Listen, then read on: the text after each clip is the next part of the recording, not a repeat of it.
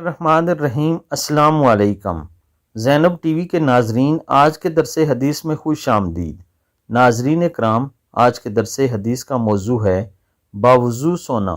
رسول اللہ صلی اللہ علیہ وآلہ وسلم نے ارشاد فرمایا، جو شخص باوضو ہو کر اللہ کا ذکر کرتے ہوئے سو جائے اور پھر رات کسی وقت آنکھ کھلے اور وہ اللہ تعالیٰ سے دنیا اور آخرت کی خیر مانگ لے تو اللہ تعالیٰ اسے عنایت فرما دے گا۔ سبحان اللہ۔ ناظرین اکرام، وضو رہنا اور باوضو سونا بہت سعادت کی بات ہے۔